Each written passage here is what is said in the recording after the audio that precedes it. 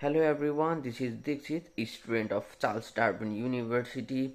So today I'm gonna talk about Duress and the contract, the situation of a contract made under the Duress. So what is Duress? Duress is a situation where a party is or a person is pressurized with the physical pressure or economical duress or with the duress of goods.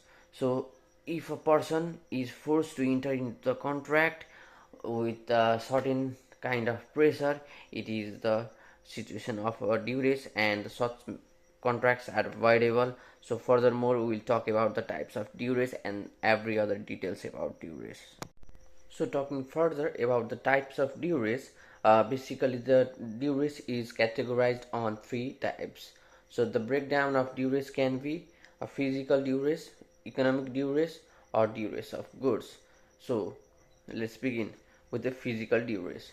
So what is physical duress? Okay, the physical duress, it involves actual threatened violence physically. For example, if someone is to force to sign a contract on the threat of physical harm, this is the physical duress.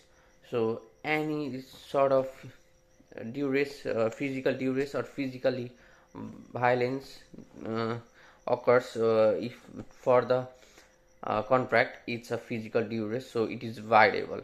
So the second one, the another one is economic duress. Economic duress occurs when a party is pressured to enter a contract due to the financial threats. For example, a business threatening a to withhold the essential services if another party does not, unless the other party does not agrees to sign the contract. So on this situation, the contract may be unfair to the victim party, but they are forced to sign it. Similarly, the next one we have is uh, duress of goods. So what is duress of goods? This generally does not occur.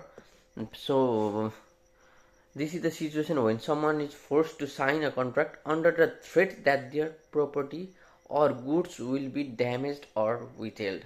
For example, forcing someone to sign a contract by holding their, let's say, holding their car, withholding their car. So that's like a making force to contract, forcing to make a contract by holding their goods. So that's duress of goods. So now we'll talk about legal consequences and remedies of the duress. So now we'll talk about the legal consequences. So according to Australian contract law, the any contract signed under duress is voidable. It's completely voidable. So according to Australian law, it says that if duress is established, the contract can be declared voidable. This means that the present party has right to void the contract, essentially cancelling the contract.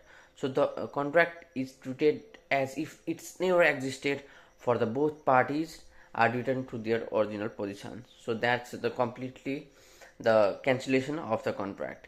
So the remedies available for duress in Australian courts includes the cancellation of the contract, like there's like forgetting about the contract that has never happened.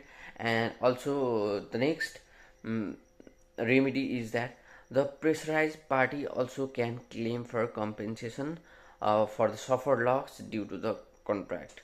So this is the uh, legal procedure, legal remedy for the contract made under duress based on the Australian law.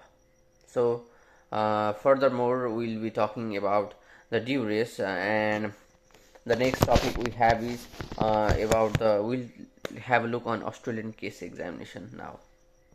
So we have a Australian case example of a contract made between Crescendo Management Private Limited and Westpac Banking Corporation in 1988. So the detail about this case I will add the link in the comment section, or in the description box, so you can find the details about this case.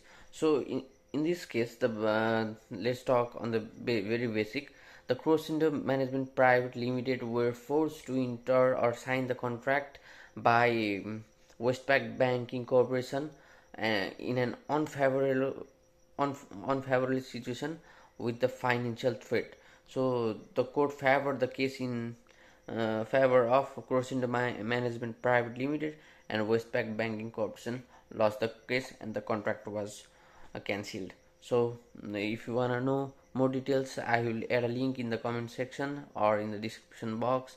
So thank you for watching my video. Thank you for your time. Keep learning. Keep staying healthy. Thank you so much.